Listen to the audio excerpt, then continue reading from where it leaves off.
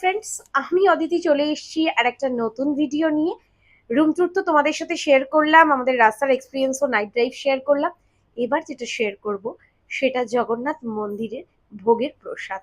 ভোগ দর্শনে দুর্ভোগ কাটে, তাই শুধু আমরা ভোগ গ্রহণ করব তাই নয়, আমার বন্ধুদের সাথেও শেয়ার করে নেব।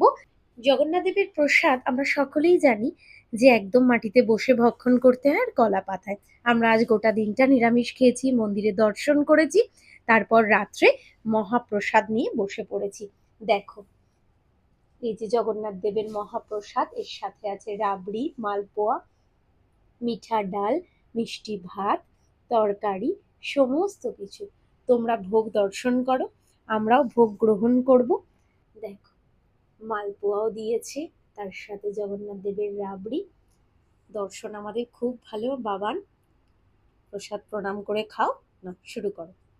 অপূর্ব স্বাদ, আর এই স্বাদের কোনো ভাগ হয় না। প্রশান্ত, স্টার্ট করো।